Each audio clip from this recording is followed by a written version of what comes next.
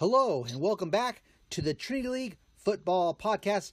I'm Dan Albano with the Orange County Register and OCVarsity.com, and you have found our show on Monday, October 8th, 2018, and it is a big week in Trinity League football. I'm joined once again by our insider, Scott Barajas, and Scotty, we got another national game.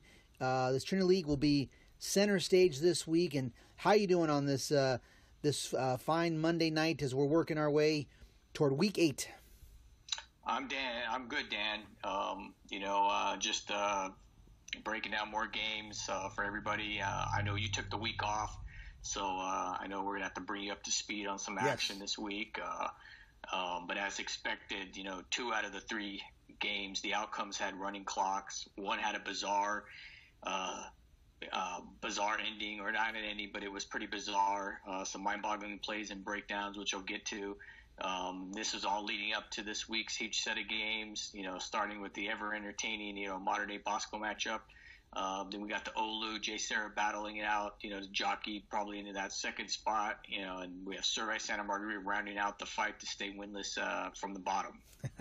Hey, that Thursday night game is going to be huge, I think, for some playoff ramifications, potentially. Some new developments have come out just today. It's been an eventful day, like always. Sometimes there's some things that really go down on Monday in OC football, and dare I use that scary word, forfeit. But it didn't involve Mater Dei. It was another school, what starts with an M, and we will get to that one shortly. But there's been some OC and Division I football news that's broken today. But for Scotty and I want to welcome all our listeners back to the program.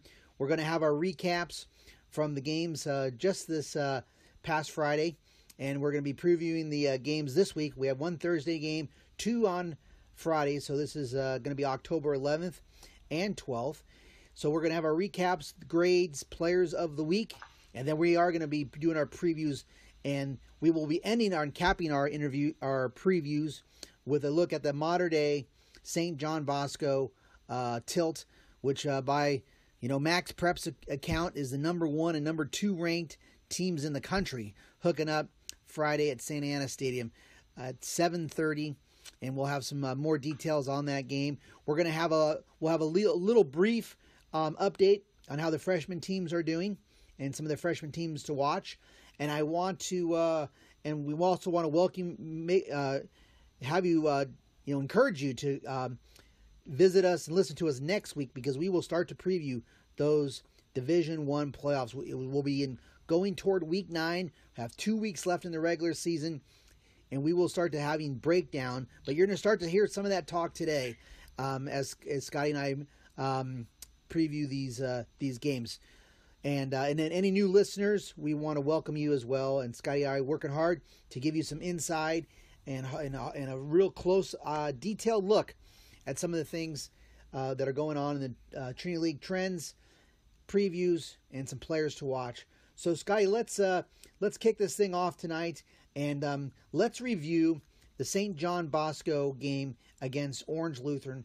It was Bosco 63-28 over an injury-depleted Orange Lutheran team that was, like we said, has been besieged by injuries. This victory moved St. John Bosco to 2-0 and 7-0 overall.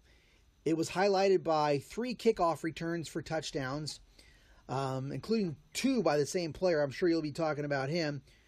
And, so there was great special teams, but another high-scoring affair. And it took the Braves some time to put away the Lancers, who were able to put up some points thanks to Ryan Helinski. But, Scotty, what was your take on this game? Yeah, so coming into this one, Olu was already playing shorthanded. They were missing up to 10 starters. No Kyle Ford, no Zach Brogdon, no KJ Trujillo, no Reggie Strong, and they were missing 3 starting offensive linemen.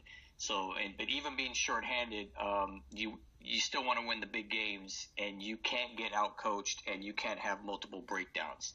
And as many would have to believe it or not, Olu was still in the ball game in midway through the third quarter, even with all of these breakdowns and missing players.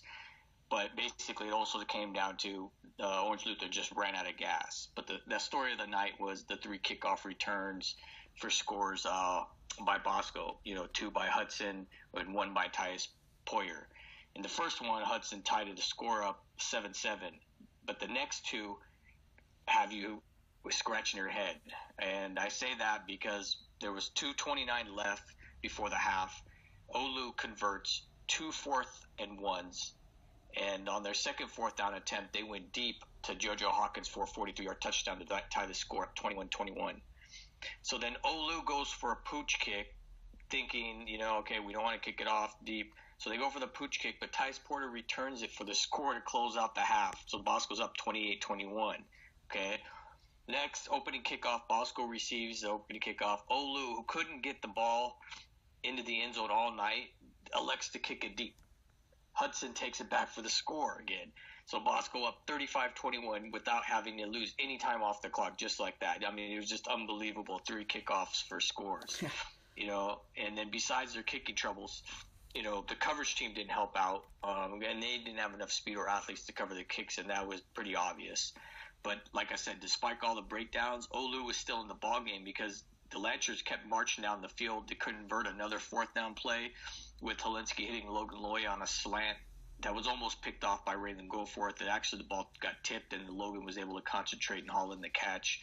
So, Olu cuts the lead down 35-28 at the 7:43 mark in the third quarter. But that would be it for Olu because they wouldn't score anymore. But the kicking woes kind of still continued because on the ensuing kickoff, they went for an onside kick. Instead of a squib or just kick it out of bounds, Bosco recovers it at midfield.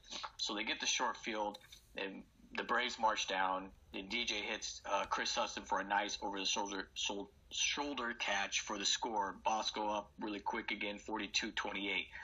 And then that was it for Olu because the next series, Olu had been methodically moving the ball, whether it be passing and running. But on this next series, you could see it. They just simply ran out of gas. Multiple players started cramping up, both running backs. Travis Vanderhill, and his backup, couple of linemen, and then said the same for the defense, as Hudson hauled in another pass from DJ, which, his 4th touchdown overall in the night. And then Bosco had 2 more 4th quarter touchdowns. Both by Helani, a 10-yard pass and a 40-yard run, which Olu defenders actually had Helani wrapped up 3 times, and Helani broke all 3 tackles on, way to the score, and then that put him up 63-28. It was a valiant effort by Olu, playing without their key guys, but, Bosco also capitalized on those breakdowns and took what Olu gave them, because DJ was more efficient than spectacular. Even if you just look at his stat line, completing 22 out of 27 for 261 and 3 touchdowns. But BJ basically, hit on a lot of 10-yard hitches and a 5-yard, 10-yard slants. He didn't do a whole lot of deep balls except for the one fade over-the-shoulder touchdown catch to Hudson.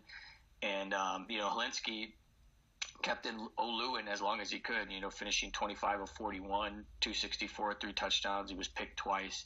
He was hurried a lot. He was only sacked 2 times, but it was a running game, believe it or not, that was kind of efficient, with Travis Vanderhill, who had Olu's probably longest run of the season against the Brave defense. And he finished with 78 yards rushing, and he was kind of getting 5 to 6 consistently, and then they would mix it in with the pass. So, Olu was there. It was just a tough defeat for the Lancers, for what they've had to go through and endure. But like I said, they were right there. Yeah, and it's Cooper Vanderhill, and he is that's all right, and he runs hard, and I think he was with some of the balance, teams are going to be gearing up to stop Helinski. I think there's going to be some opportunities for him. Sounds like the O line, that short-handed O line for the Lancers did all right. It was obviously the special teams, and it was not a good look. And for the Lancers, when you have that kind of 3 touchdown returns on kickoffs, I mean, I've never seen that before, and I've never really even heard of that many happening. The Braves, did have to overcome 100 yards in penalties, and they lost that one touchdown to an offensive face mask. And then I read that DJ, misfired on a wide open Jake Bailey in the end zone. So they could have, who knows how many points, the Braves could have scored. They could have, sounds like they could have even put up 70, Scotty, no problem here. A couple misses, but and then give it up for the USC bound Chris Hudson, who's a USC commit. Obviously played a great game. Yeah, I think DJ, like I said, those 5 of those incompletes, I think, 2 were overthrows in the end zone. I think 1 was a sack or hurry, 2 were hurries. But, other than those 2, you could have added those, probably 2 scores if you would nailed those completions. And like I said, Hudson's deadly on the kickoff. So it'll be interesting, like this week, what Mater Dei ends up trying to do. I know they have Lopez pretty much puts most of the balls in the end zone, so that might get taken away. But you never know; there'll always be that one that doesn't get in the end zone. So that's something to watch for. Yeah, Mater Dei has been pretty good on the special teams. They've used some of their outstanding depth and young secondary players. Guys like Jackson and Hunter have made some big tackles and company on special teams. And one dubious note for the Lancers, their defense, now that they gave up all those points, they have now allowed the most points of any teams in the Trinity League, and opponents are now averaging 31.7 points per game against the Lancers on the season, and that's actually a few ticks higher than Santa Margarita. And we've talked so much about Santa Margarita's defense here on the Trinity League Football Podcast. Scotty, let's talk about the next game. Mater Dei 49-7 victory against Santa Margarita. 49-7 for Mater Dei. It improves Mater Dei to 2-0 in league, stay in that tie for first place with Bosco. On the field, Mater Dei 7-0. Of course, they have the one forfeit. They're 6-1 overall officially. This game was done. Mater Dei put them away early. Again, running clock in the third quarters. Both teams agreed to that running clock in the third quarter, so that's why it was implemented. Bryce Young, very efficient. Again, threw 2 touchdowns to Brew McCoy. I think he threw 2 to Michael Martinez, UCLA bound committed tight end, who's having a pretty nice year. That was good to see Big Mike bouncing back. He's been quiet a little bit, but he's going to be a valuable weapon for him. Jacoby Harper, another solid game. 2 rushing touchdowns. And, the Mater Dei defense got some lockdown defense from their secondary, of course. And Elias Ricks did a great job against Chase Nenad, maybe the top receiver at Santa Margarita, most likely. So, and then for the Eagles, it drops them to 0-2, 2-5. They're in a little bit of they're in a spin, because they lost the heartbreaker the week before to Orange Lutheran on the last play of the game, the field goal by Logan Loya. They lost the previous week. Actually, they had their bye, but 2 weeks before that, they lost to Orem in a close game, 5-pointer, 51-46. So the Eagles have lost 3 in a row. What was your take on this game, Scotty? Yeah, so Mater Dei continued its march through Trinity League the same fashion they've been doing all season, playing with its second consecutive third quarter running clock, as you mentioned. Yeah, starters playing only in the first half.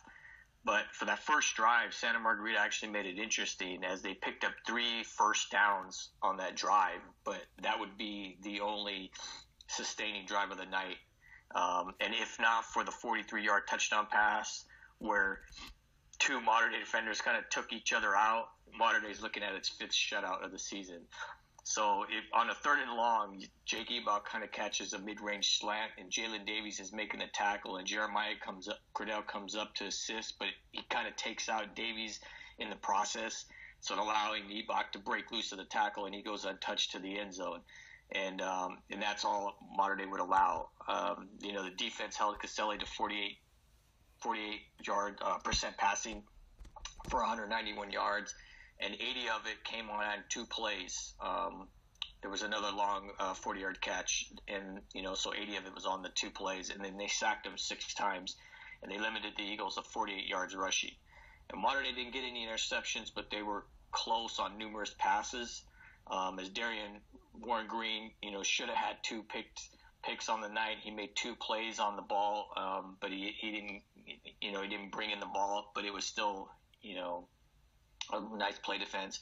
And then Elias Ricks matched up with Chase Needham all night, and he limited him to 69 yards on 8 catches, as everything he called was short yardage when he did catch it. His longest gain of the night was 12 yards.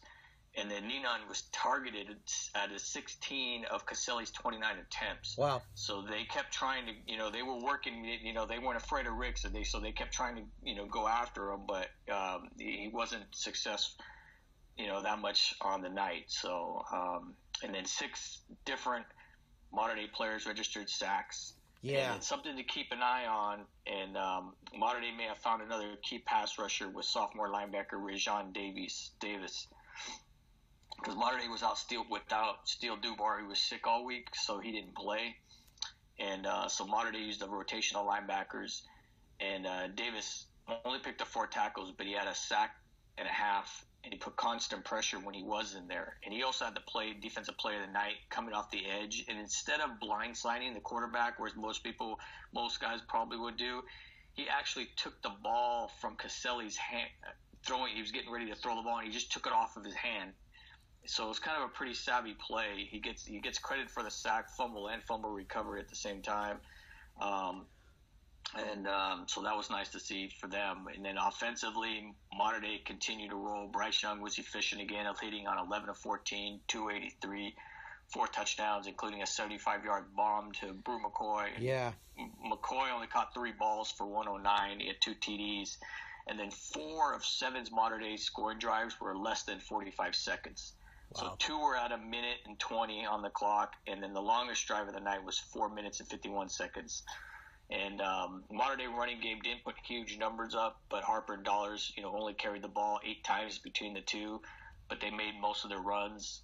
The offensive play of the night wasn't Brew's 75-yarder, but it was Jacoby's 43-yard touchdown where Harper kind of broke out of the pack of tackles, which he appeared to be going down, but somehow he kept his balance sliding off the pile. And everyone thought he was down. No whistle was blown, and he kept going and scored the touchdown. And it was kind of when you watch the replay, because he was like, his knee and elbow are almost down, but he never hits the ground. And, most guys would have stopped playing, but the refs, didn't blow the whistle. So it was a great hustle play on his part. And then nice. Dollars added a 14-yard touchdown run, which should be used as a clinic for younger running backs on how to use your blockers, when to hit the hole.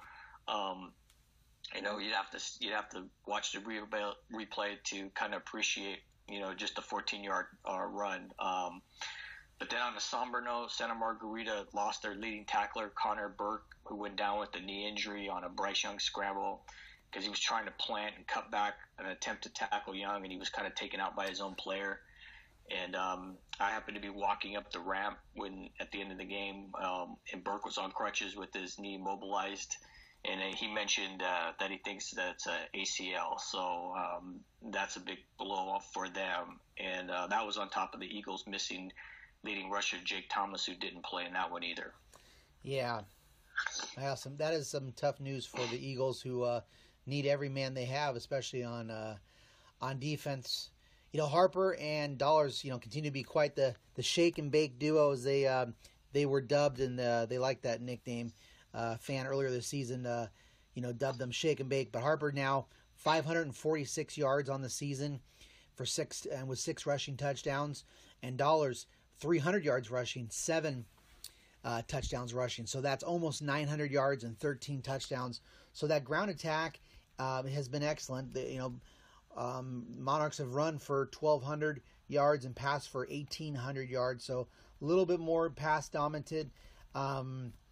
And then that depth you point out, Scotty, and at linebacker for Mater Dei continues to impress. Because in the new stars that continue to impress, where you have Moses Cepolona is their leading tackler now, junior at linebacker. He wasn't a big name coming in to the season. I didn't have him on my Hot 150, but he's been a hard hitter, number 28 for Mater Dei. He was our leading tackler against Santa Margarita with about 7 tackles.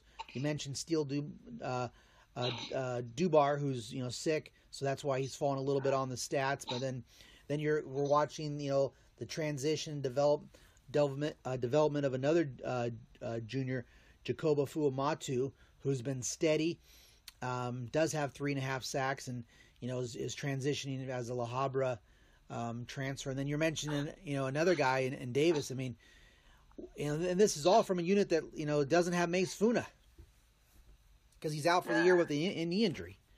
Yeah, exactly, and that's how they were all going to have to kind of pick up the slack, for Funa. And that's the one thing they miss. That's the one thing I would say is that they miss is his big play ability, being able to. He takes away so much ground, in his rush. That's why I said it's a huge if Rajon Davis can, pick up that slack, because other than Brew, they didn't have anybody else. I know they've been trying to play Big Mike in there, and he has like 4 or 5 batted balls. Yeah. And that's all he's pretty much good for. You get that, he takes that passing lane away. But I think Davis is something to kind of keep an eye out for as we progress.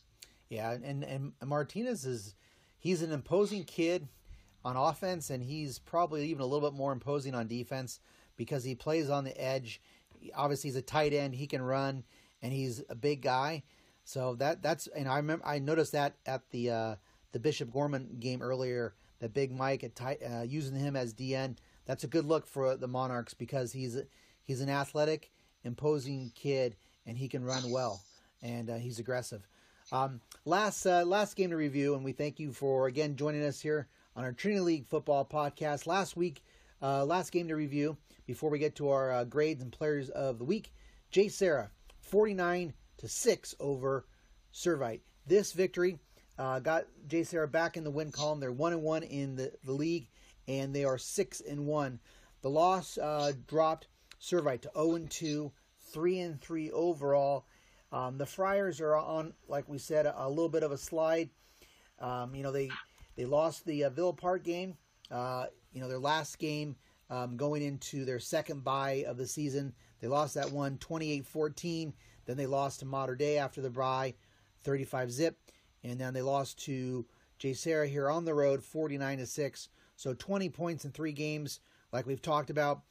Friars having a hard time scoring right now, which is tough in the high-powered Trinity League.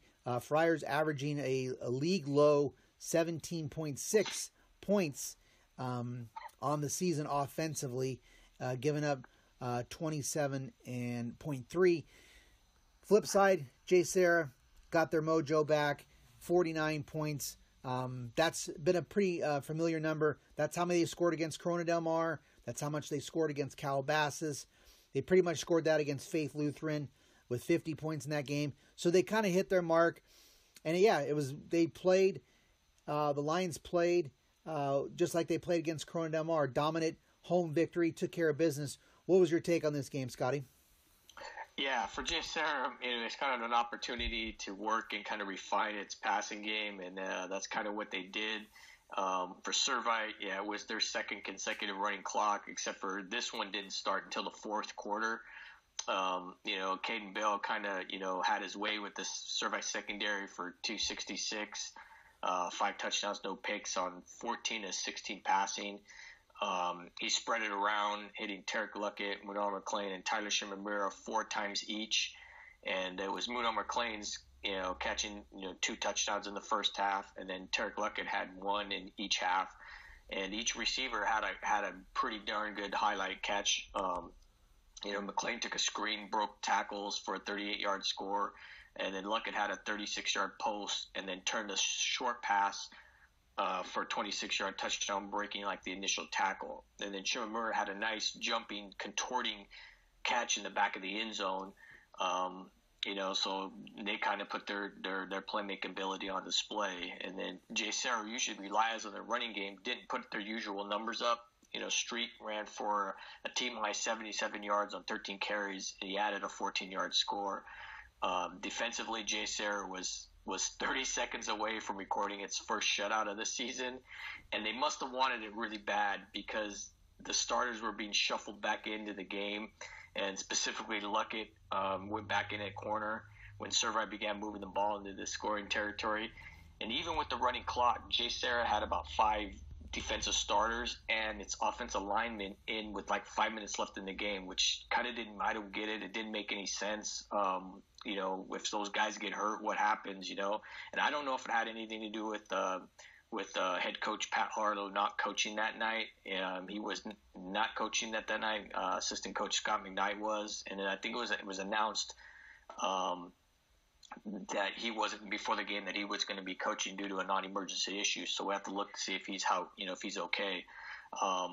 But they still didn't miss a beat as a team, except for having their starters late in the game.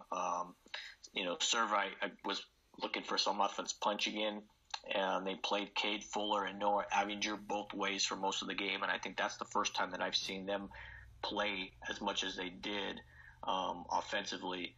And then, Blaise McKibben was picked off twice, once from Luckett and a pick 6 from Foreman Hagan in the first half. And then he did get his 1 touchdown pass, like on the last play of the game, to, I think, Andrew Ibarra. So, valiant effort for the Friars. Well, I'm sure, yeah. They didn't want to get shut out 2 weeks in a row in the Trinity League. That would have stung.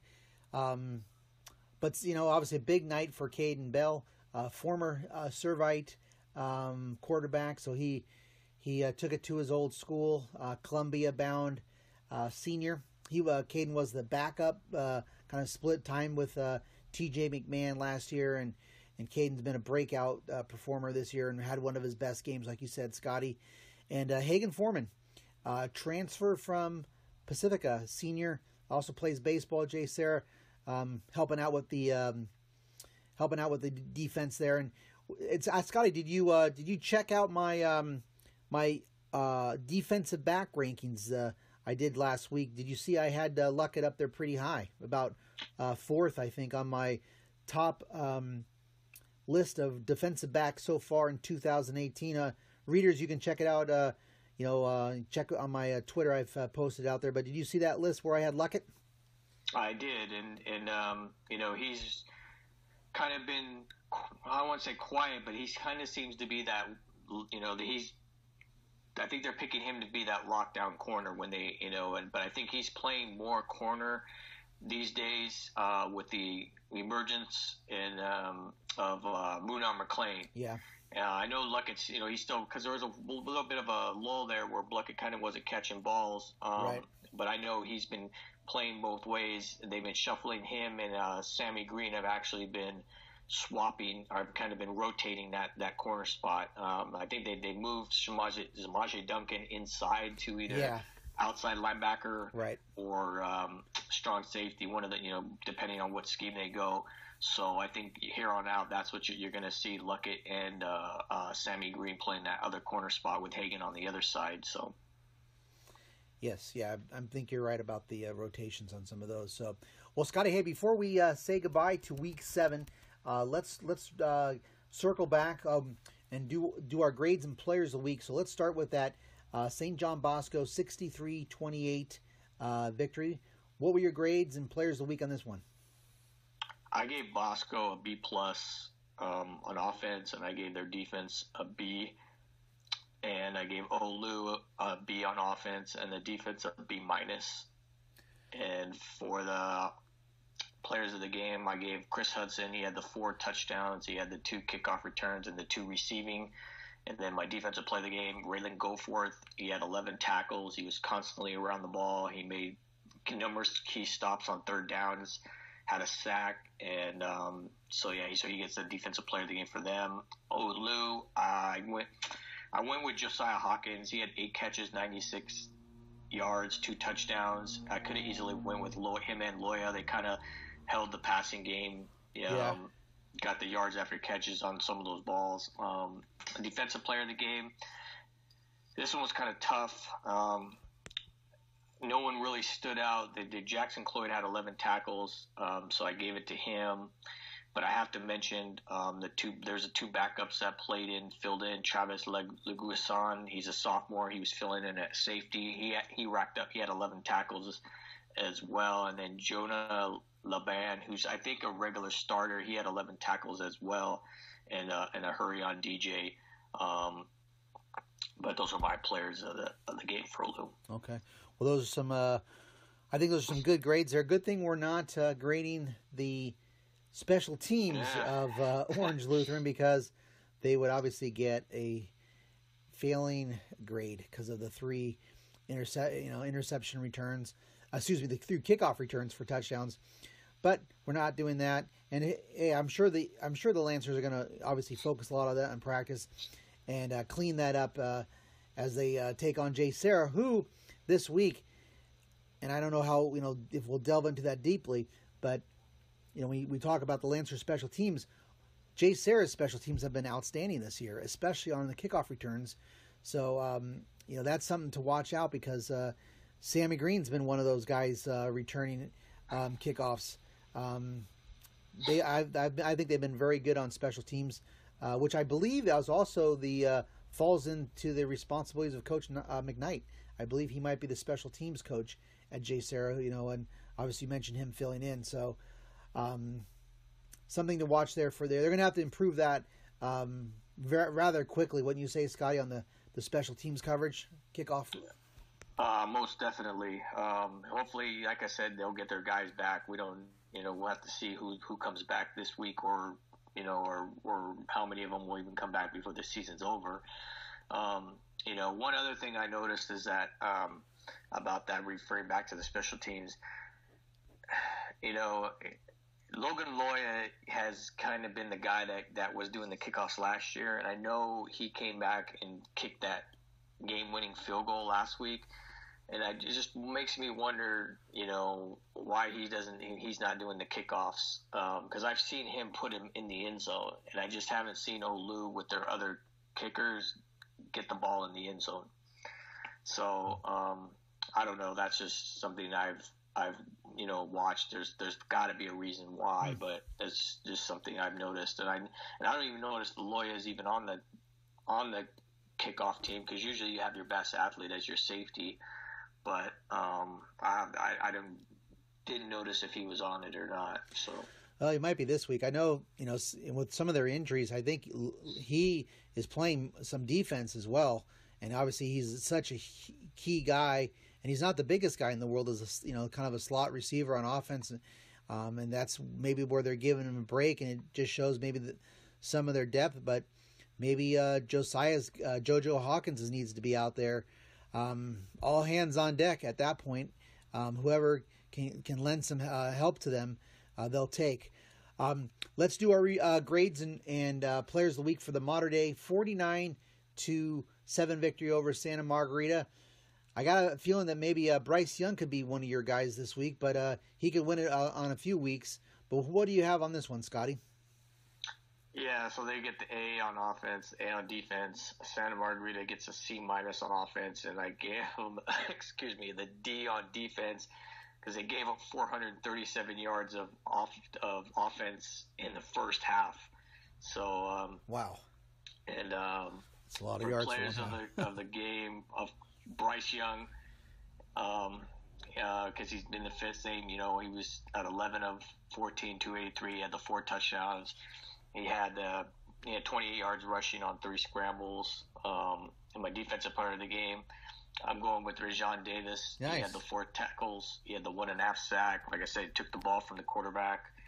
And he played really well in his time in there. Santa Margarita, I'm going with Jake Ebach. He made the most of his 4 receptions for 118 yards and that 1 touchdown. And then defensive player, safety Blake Bianacci, he had 6 tackles to lead their defense. Yeah, Ebach, I think, is a pretty steady player. He's a senior, and we talked a lot about the Santa Margarita receivers. I thought they really impressed me against Orange Lutheran. They were catching everything from Peter Castelli that night.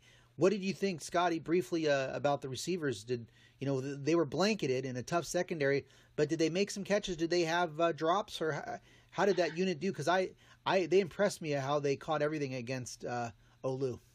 No, I think that's a good statement, because they were they didn't catch everything, as like you had said, but okay. did, but the balls that they did catch, I mean, were, they were great catches. I mean, like Ibaka on that, that touchdown, he had another 3rd and long, and they hit him for a 40-yard fade. And Jalen Davis, or the DB, had perfect coverage, and Ibaka Caselli put it perfectly right there, in the breadbasket, and he had a nice catch on that one. And then he had, he was getting in space. There was a couple of slants where he made a couple of catches. But I think, I'd have to say both those receivers, were pretty good. They just, you're going against that secondary, and so you just don't get a lot of breaks. So, well, and thanks for that, Scotty. And appreciate your analysis on a lot of this stuff, of course. But I bring that up because of this week's interesting matchup with Servite Santa Margarita. Maybe that's one of the factors to watch in that game, where here's a Santa Margarita secondary that's impressed the first 2 weeks, and they're playing with a up and coming quarterback. Castelli's not. He's doing a good job. He hasn't thrown an interception in his first 2 Trinity League games as a first-year starting sophomore. So he's making strides after that tough Mission Viejo game. So that's that receiving group from Santa Margarita. Definitely, I have my eyes on them for this week's game against Servite. And then I want to throw out a couple of stats that definitely to take stock here of what Bryce Young has done. He's completing now 77% of his passes. He's 97 of 126 for 1,700 yards, and he's completing 77%. That is a high rate. And then 21 touchdowns, only 3 interceptions. So, give you a little perspective. There was a high school, I remember a respected high school coach told me back in the day, and this is probably before the popularity of the spread offense, but he told me if you can complete high school quarterback, if you're completing 65 to 67% of your passes, that's outstanding. You're top notch. That's that is really hitting a good mark. That was a standard. Think about when you're watching quarterbacks, 65, 67%. Bryce is at 77. The guy's playing off the charts there. Sky, let's look into our last game. Get our grades and review, and that of course would be the J. Sarah game, 49-6 over Servite. What did you have? Players of the game and grades. So J. Sarah gets an A on offense, A on defense. Servite, I gave them a D on offense, D on defense. Oh boy. Yeah, it wasn't nice. So offensively, Caden Bell, I gave him the offensive player of the game, 14-16, the 266, 5 touchdowns. Defensive player of the game, I went with Victor Clinton. He had a sack. He hurried McKibben multiple times, and he had 2 sacks, 2 tackles for loss. And then, offensive player of the game for Servite, I couldn't find anyone other than Andrew Abaru, who caught that touchdown at the last play of the game. Because kind of a nice, slid hit the pylon. J. Sarah was kind of claiming he didn't get in bounds, but the referee gave it to him. But it was still a nice sliding catch. Defensive player of the game, I can't go with anybody, but I will say this, that Servite did have 2 newcomers playing on defense, sophomore Jacob Blandenberg and modern day transfer junior Luca De La Salante, who was playing linebacker. They seemed to be pretty active. I noticed they were in amongst a lot of tackles, or they were near the ball, but I couldn't see anybody who really did anything that warranted an actual player of the game. So all right, we'll leave it blank, but we'll thanks for mentioning those 2 up and comers, and I think that will be a theme. Yeah, get these guys some experience. I'm sure the Friars are looking at their first year with Troy Thomas, looking to get guys experience, build for the future, better days ahead. For the Friars, and obviously have a coach who knows how to win. Has been very successful in the Trinity League. And, like I said, those lower levels have been good. Speaking of the lower levels, we'll take the winners last week at the freshman level, which we've been following pretty good. So this will be your freshman report here, a lower level report on the Trinity League football podcast. The winners all were pretty decisively clear with their victories last week. Mater Dei pretty handily rolled against Santa Margarita, which improves the Mater Dei freshmen to 2-0, the Santa Margarita freshmen 0-2. Servite freshmen bounced back from their showdown loss to Mater Dei, took care of business against J. Sarah pretty convincingly. That even the Friars record at 1-1. And then St. John Bosco went to 2-0 by handling Orange Lutheran, which suffered their first loss. So this week's game at the freshman level could be for maybe the freshman league title. Mater Dei taking on St. John Bosco. Any thoughts on any of this, Scotty? Yeah, that's basically, you pretty much said it all right there. It's probably going to be for the freshman league title. It'll be interesting to see. I think this was a Thursday game. I'm trying to get a time on it. I think it's 3:15, but sometimes they play them later in the evening when they're bigger games. Like I said, Bosco's kind of has, they're a solid unit. And, they've been scoring quick and often. And Mater Dei's got that trio of freshmen that have been playing up and down. So we'll see if those guys, how much, if any, they will play in this one. So that's something to keep an eye on. All right. Well, thanks again for everybody sticking with us here on the Trinity League Football Podcast. Now let's start to look at these games for Week 8, all coming up on either one game on Thursday, which we'll start with, and then the two other games on October 12th on Friday. So let's start with that Thursday game. I think it's sneaky good. It's going to be real important. Santa Margarita playing host to Servite at Trabuco Hills on Thursday, 7 o'clock kickoff. So Santa Margarita usually plays at Saddleback College, which is renovating their stadium.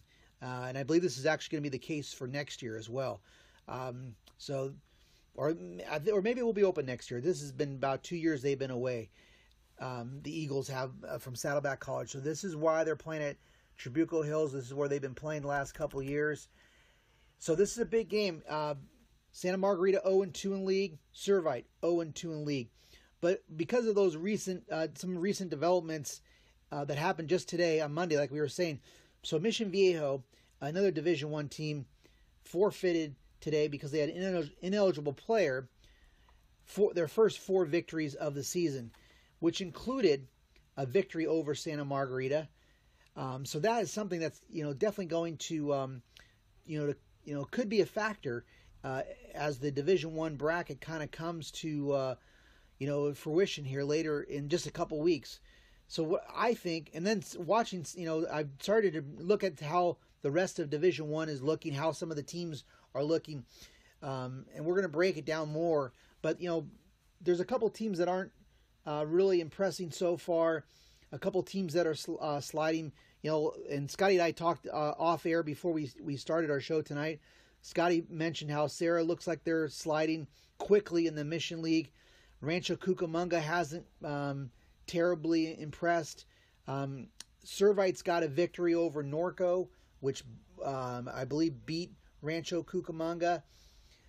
Valencia is not at the top of their league right now, though they're a Division I, the one Division I team in their league, which has teams like West Ranch, in that league. So there's, all along in the Trinity League, I was saying that I thought only the top 4 would make it, and that was going to make, the 5th and 6th teams wouldn't have a shot to get at larges in the 16 team bracket, taking from a field of 18. But there's a few other teams that are struggling, and then when you throw in this Mission Viejo situation with the forfeitures, which it's who knows how that's going to affect the rankings. How that's all going to play out.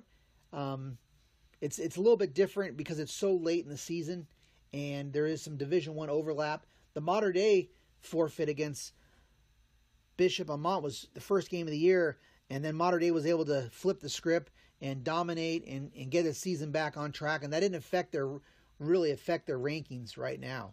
So this is a huge game. I think both teams have to look at this as this Santa Margarita Servite game. The winner of this game could be headed toward 5th place and could, in a few weeks, get the at-large berth in the Division I playoffs. And the loser might not make the playoffs. That's how important I think this game is in light of some of the events of the Mission Viejo forfeitures. But what's your take on this game, Scotty? I mean, you're spot on, Dan, because I think the loser of this one is probably on the outs, looking in for the playoff berth. This game gets that proverbial, you don't want to go 0-3 in league, Yeah. But, this should favor Santa Margarita with their offensive power, their passing game versus the Servite secondary. Can Servite move the ball enough on this Eagle defense, which is given up 46 points in its last 3 games? I know we had mentioned that Olu has now the lowest rated defense as far as giving up points, but Santa Margarita has given up 46 in their last 3, so something's got to give. Servite get their offense and get some points on the board, or does Santa Margarita bring that total back down? But I think Caselli and Crew is going to put up some good numbers, and I think they win this one pretty handily. Yeah, I'm picking Santa Margarita to win this game as well. Photographer, 1 second here. Sorry about that. The Max Preps got me again. But sorry, Scotty. But I was and our listeners. But I wonder about if a few things. Some of these out of control games and these tough schedule to begin the Trinity League, and the importance of this game. I wonder if the coaches have perhaps seen this. I wonder if has Servite maybe, having the tough opener against Mater Dei, going down to J. Sarah, have they been holding anything back? Will they unveil anything new? Can they get that offense all of a sudden going because they've been gearing toward this one game? Coaches have been known to do that. Teams have been known to do that, especially in the tough Trinity League. You never know if they're waiting to pounce on this Thursday night game. Could Jake Thomas be back, on the flip side for Santa Margarita, and really give their offense a spark? They were playing Mater Dei last week. Supposedly he had a bruised shin, and that was the last update. If you're Coach Fisher, why put him out there against Mater Dei? And if it's going to be a rough game, and you got this huge game against Servite, save him, bring him back. That's just going to help that offense get more high powered. So those are a couple of things. Do you buy any of those theories? That's maybe that the team that wins this could look like that they've been waiting to get this victory. I think it's just to where it falls on the schedule. Servite is, they just don't have the talent offensive wise. They just don't have the guys that are gonna, they're trying to play and run with, who is it? Jeremiah Utuulu at running back, and he's a load to bring down. But that's not going to break. That's a short yardage guy trying to be your offensive threat. They're they don't have the guy. They're trying to. You can see they're obviously trying to play Cade Fuller and Noah Avenger, trying to get some athleticism at receiver. I'm not sure what happened with centers. I think he played a lot more defense, but he seemed to be like their big playmaker on special teams. But it's just like I said, they're a bunch of sophomores and juniors, and they're not there yet, and they're just struggling trying to get anything in the offensive category. Now their defense is actually a little bit. They have a little bit more fight to them. They don't kind of back down. We saw that in the Mater Dei game. J. Sarah did kind of abuse him a bit in that secondary, so that it's going to be make a good play, give up a good play, but that's the growing pains that they take. Eagles, like I said, they're on trying to bounce back from Mater Dei's loss, and trying to shuffle the deck on their defensive side. Offensively they have a little bit more to work with. That makes sense with Jake Thomas. If he's kind of so, why get him banged up in the Mater Dei game? Capitalize on the, on their receiving core, because they've kind of, other than the modern day game, they've kind of pretty much had their way with everybody else. So, yeah, I think that's, they have the firepower that Servite just doesn't have to keep up. So that's why I'm picking Santa Margarita, because they have the offensive firepower. So that's that Thursday game. Again, at 7 o'clock at Tribuco Hills, Santa Margarita against Servite. I think there's a lot on the line, and everyone should tune into that game and watch that. And like I said, Scotty and I will start to break down Division One, but there's 18 teams in that available for a 16-team bracket. So only 2 teams have to be eliminated in Division One, and I think there's some other teams that are in some trouble. I think Santa Margarita's, getting some help. So let's talk about Orange Lutheran and Dei-St. This is another game with huge ramifications for a lot of reasons. And this game is on Friday, October 12th, and it is at Dei-St, 7 o'clock kickoff. So both these teams 1-1 in league. Dei-St 1-1, Orange Lutheran 1-1. So why it's huge is, for the Eagles. For the Lions. So next week, if they can win this game, they're still in contention for a share of the league title, or even second place. They could land them third place, help them. They're ranked 5th in Division One right now, I think they're 6th in Division One. So they're highly ranked. They're playing for a lot. They're 6th, but the team is 5th is Mission Vieja, who's got this forfeit situation, and then it goes to Oaks Christian, and if with Dei-St, I think they're playing for a ton, because if the higher that they can finish in the Trinity League, who knows how high they could climb up in league. Next week, Dei-St plays Mater Dei. What if the Lions take care of business against Lutheran, and then play Mater Dei super close, and who knows how maybe they could climb. They could pass Mission Vieja, who's suddenly got these forfeitures. I mean, they have to separate these league teams, but the Lions have already played St. John Bosco close. But, who knows? Maybe even Bosco could drop, Scotty, where, maybe they get blown out by Mater Dei, and then they struggle down the stretch. And, this Division One bracket could get really interesting. And Dei-St definitely needs that win to, on Friday against Orange Lutheran to keep in the mix. And the Lancers, this is another pride game. Like you said, they're injured. They have a lot of injuries, but they're also trying to, stay in contention as high as they can in the league. I think they're playoff bound, so they have to play for their playoff stock as much as possible. Maybe they can, if they can get third with a victory like this and have that tiebreaker over Dei-St, maybe they can get higher. They still have a Week 10 game with Mater Dei. There's a lot for Orange Lutheran to play for. But what's your take on this game, Scotty? Because I think it's very significant as well. Yeah, it's after what transpired last week at Olu, the question is, can Lancers bounce back? Excuse me. And regroup against a surging Dei-St. Last season the Lions took it to the Lancers with a 52-21 victory, and they picked off Helinski twice, and they sacked them 6 times. And Tarek Luckett had his way with the Lancers secondary. He caught 6 balls for 146 yards.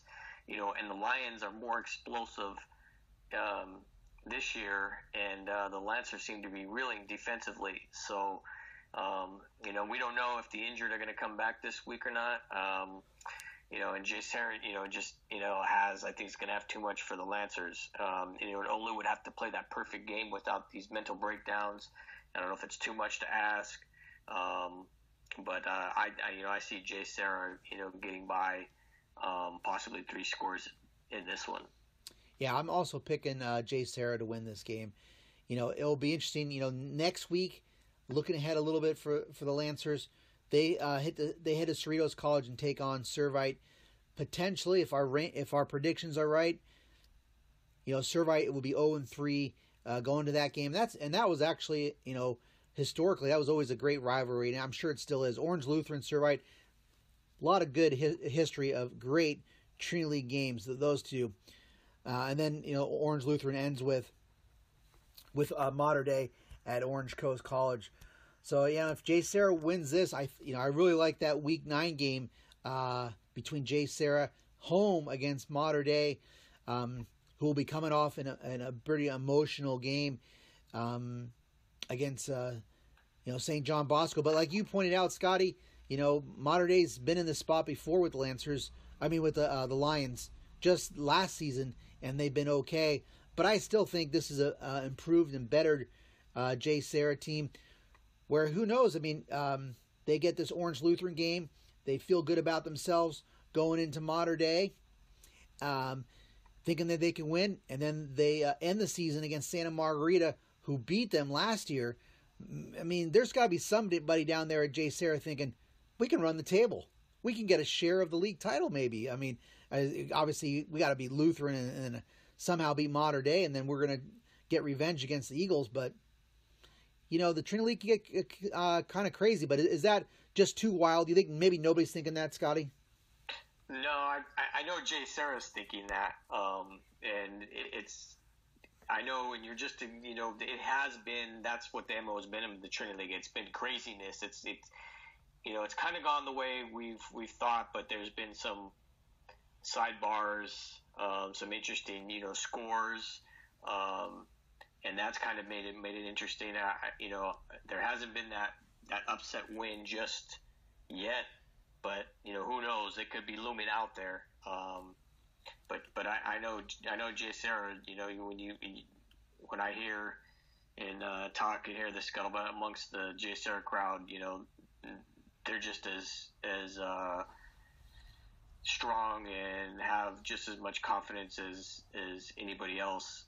That right. They would be able to be right there in the Trinity League title hunt. So right, like a wild scenario could be Bosco upsets Mater Dei this week, and that's Mater Dei's one loss. Well, then Jay Serra. I mean, if they beat Mater Dei, that'd be 2 losses. That would be crazy. And then you'd have a co-champion between Jay Serra and Bosco. That would be pretty wild. Both teams 4-1. Yeah, I mean I think that's far fetched, but it may be a little craziness, but I don't know if it's going to be that crazy. Nobody would have had that at the beginning of the year. So, all right. So now the big game this week is going to be on Friday, October 12th at Santa Ana Stadium. Once again, 7:30 kickoff between St. John Bosco and Mater Dei. And the reason Scotty's saying that's obviously crazy because hey, we're talking about Mater Dei. Ranked number 1 in the nation by Max Preps and High School Football America, among others, because they impressed against IMG in that showdown. They went on the road, took on Bishop Gorman, impressed in that one, 42-0. They passed big tests, small tests, and their battle tested. Bosco, number 2 in the nation by Max Preps. They're number 4 in the nation by High School America. Mater Dei has won 22 consecutive games on the field since they last lost to St. John Bosco in the 2016 CIF Division I final at Angel Stadium. The Monarchs also beat the Braves twice last year en route to their national title and Division I title and their second straight Trinity League title. And don't look now, but the Monarchs have also won 13 consecutive Trinity League games since a late 2015 loss against that team I was just hyping up, Jay Serra.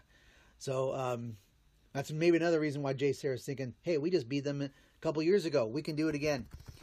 But Bosco brings in a ton of talent. DJ, top-rated quarterback in the nation for the class of 2020 by 24/7 Sports. Thrown for 23 touchdowns. Super athletic. The matchup of we've talked a lot on the Trinity League Football Podcast. Scotty's brought it up. The strength of Bosco's team. What's going to be the difference with Mater Dei? How about that offensive line? They won the Mission Viejo lineman competition. They've been trained under former strength guru there, Chad Johnson, now the Mission Viejo coach. They got George Halani, who recently committed to Boise State. Halani's rushed for over 500 yards, 10 TDs through just the first 5 games. Chris Hudson, like we said, USC committed wide receiver. But then Mater Dei, hey, they're loaded. They passed their test. They play a much tougher schedule. They've been more battle-tested, more impressive. Bryce Young, 21 TDs, only 3 interceptions. Maybe he has an argument that he's the best junior quarterback in the country. He's committed to USC. Who's going to handle Brew McCoy, who's nobody's really stopped? 35 catches on the year for 678 yards, 9 TDs. He also has 5 sacks. Elias Ricks, hey, DJ's a great quarterback. He's got some talented receiver, but that secondary is problematic for just about everyone. When you have Elias Ricks and all those all the depth and skill there, and then they still are true to that running game where Jacoby Harper, Sean Dollars, Mater Dei is going to be physical. They have something to answer George Kalani. Both these teams bring in a lot, Scotty. They're 1-2 in the nation for a reason. I think San Diego Bowl is going to be packed. I don't know if it's going to hit 11,000 or 10,000 like it did against IMG, but this is a huge game in SoCal, and I know a lot of people want to be there. Yeah, this one's kind of turned into that new era rivalry. I mean, I know there's the Servite rivalry, but I think, in recent years, this has actually probably been, bigger just for the sense of the stakes involved, and it's been Mater Dei taking that leg, the last two on Bosco. And, we certainly talked about, the strength of schedules, and the battle-tested games. And, I know Bosco didn't get their test until league. And these last 2 games have actually been closer than what everyone initially thought. And, Mater Dei's played their toughest game with its battle with IMG. On paper, this one's even. But within the last 2 weeks, Bosco has actually showed some areas that it may not be as dominant, with teams kind of scoring and kind of moving the ball on Bosco.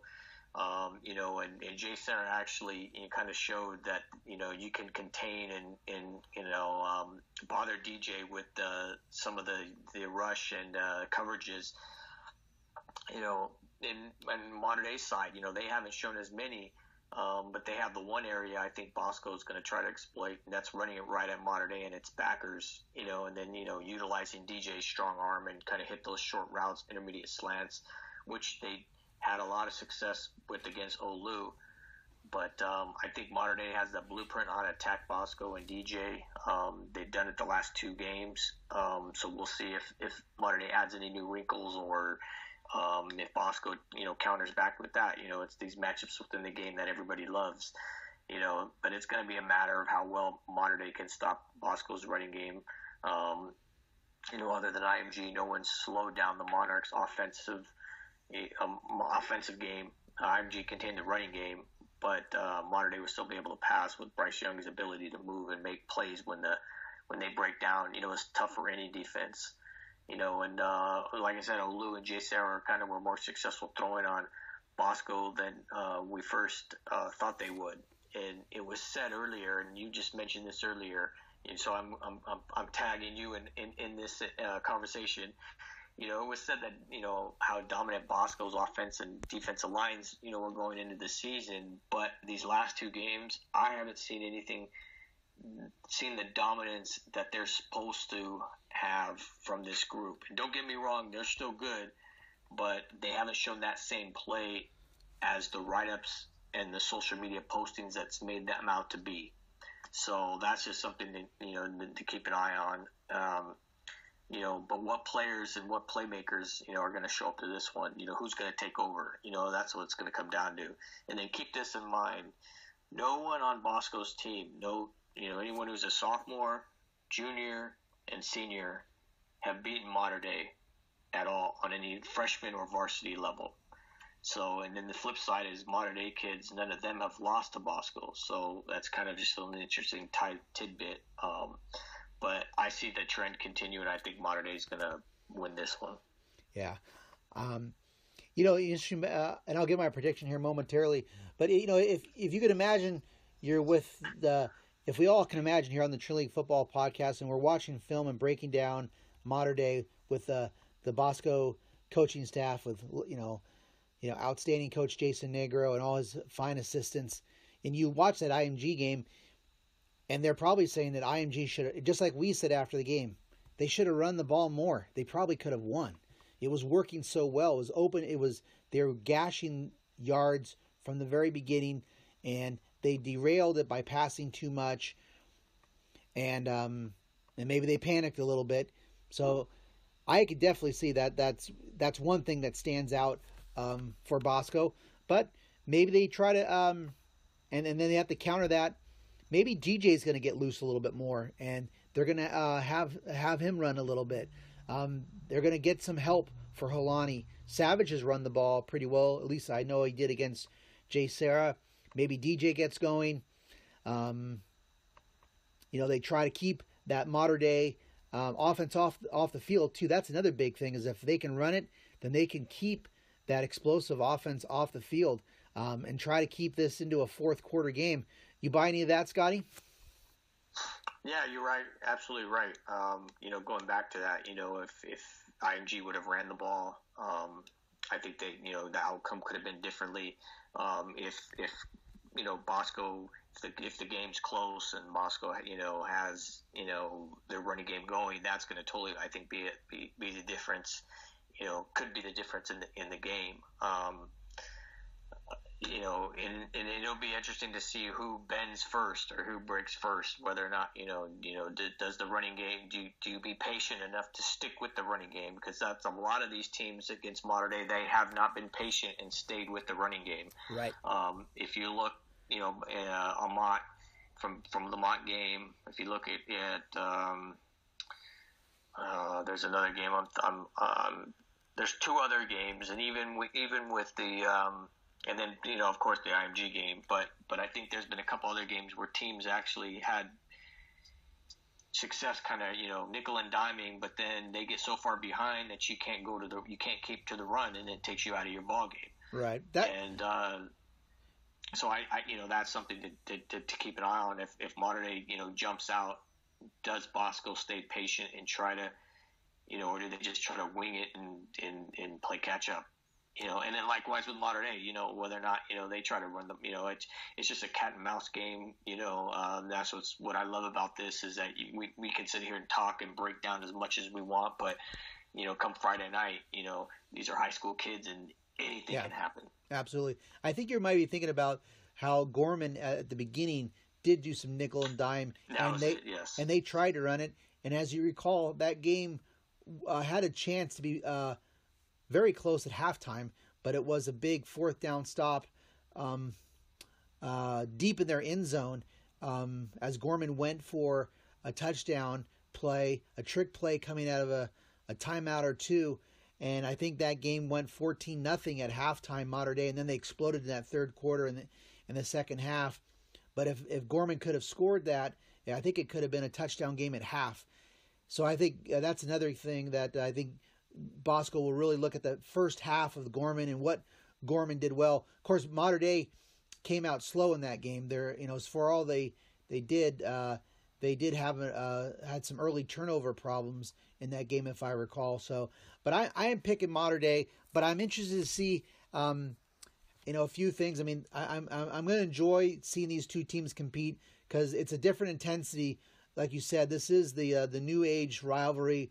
Modern day Bosco just brings out a total intensity that you won't see. So that's something to fun. It's going to be. It's not West Coast, East Coast like that feel with modern day IMG. This is for SoCal. This is for Trinity League. But this is also most likely, the ramifications of this game. Everyone will say the winner of this game is probably going to win the Trinity League, and they're going to be ranked number one. They'll be the top seed in the Division I playoffs. The loser of this game will get second in the Trinity League, and they'll be the second seed in Division I playoffs, and they'll be relegated to play Centennial, for example, Corono probably, in the semis. That's what they'll say that this game basically means.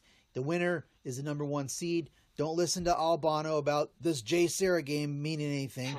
If modern day wins, they're going to win. They're going to be number one seed. Bosco's already beat Jay Sarah, so if they win, well, what does Bosco have left?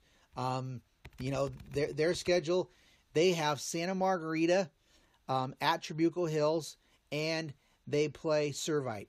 So after this game, they have the 2 winless teams so far. They won't be winless when they get there. But Bosco has to think this is everything on the table for right now. We got Santa Margarita and Servite next. Servite in week 10. I think that in some ways, but I mean, I'm sure Mater Dei thinks that we can beat J. Sarah. So we're all in as well. But I think it is a little interesting schedule what Bosco has remaining compared to what Mater Dei has remaining. Because Mater Dei still has to steal Ryan Helinski. But any thoughts on that, Scotty?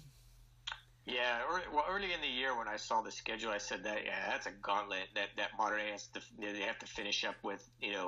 Bosco, J. Sarah, and Olu, and it's seeming, and it's a flip side because Bosco, Mater Dei went through Servite and Santa Margarita early, and and I've heard some people say, oh, well, Mater Dei has played, haven't played, 2 dominant games or 2, I guess you'd say, battle-tested games, and Bosco just came off of 2 battle-tested games, so to speak. Well, but I don't put any of that. They actually were, Bosco was battle tested, and I think Mater Dei was battle tested with that, with the IMG game. Even if it did happen, down the road, I think Mater Dei has dominated everybody. Even there haven't been really any hiccups to see or any weaknesses other than maybe just and we're nitpicking, their run defense, and that's all we can really, because we've seen teams, kind of like run on them or be somewhat successful, and that's all we're, gauging it by. Having Bosco playing those last 2 games, going against Servite in Santa Margarita, you get by this one, that's great, because then you can kind of like either get healthy or I'm pretty assuming those 2 games are going to be running clock games or games where you can try to get healthy and get guys in and out. When it comes playoff time, Mater Dei, like we said with Olu, I think that one in the beginning of the season was shaping up to be more of a battle than J. Sarah, and now it's actually flipped. It's J. Sarah's now going to be the top game, and Olu is just trying to stay afloat. So, yeah. And I think, I think the 2 backs at IMG that they gave the Monarchs, I think they're both better than Helani. So that's one thing. Those guys were, you got to give a lot of credit to how outstanding those 2 IMG backs were, and they were just beasts. And I don't think anybody could have done much better than what Mater Dei did to slow those guys. Those guys were scary. So I think that will be one thing to factor. But I think it's going to be a great game. It should be a great atmosphere. It's going to be live on Prime Ticket on Fox. It'll be on the Fox Sports Go app, and there'll be a lot of ways to follow it. I'm hearing that it might also be on AM 830, but that's not confirmed. So there's going to be radio, and but I think just like with the IMG game, there'll be people that wanted to see this in person and feel that enthusiasm and that rivalry, that SoCal rivalry. So yeah, it'll be Prime Ticket live, Fox Sports Go, Fox Sports apps for the streaming, and perhaps some radio. So stay tuned to my Twitter account, OCVarsity, for any more updates on the coverage. Of course, the Trinity League Football Podcast will be in the house at St. Anna Stadium on Friday night. So I know you're looking forward to it, Scotty, and so am I. Yeah, Dan, this one's always a barn burner. I think last year the championship game started and then it kind of got out of hand towards the end. But from a fan standpoint, but yeah, I think this one's going to have all those same makings.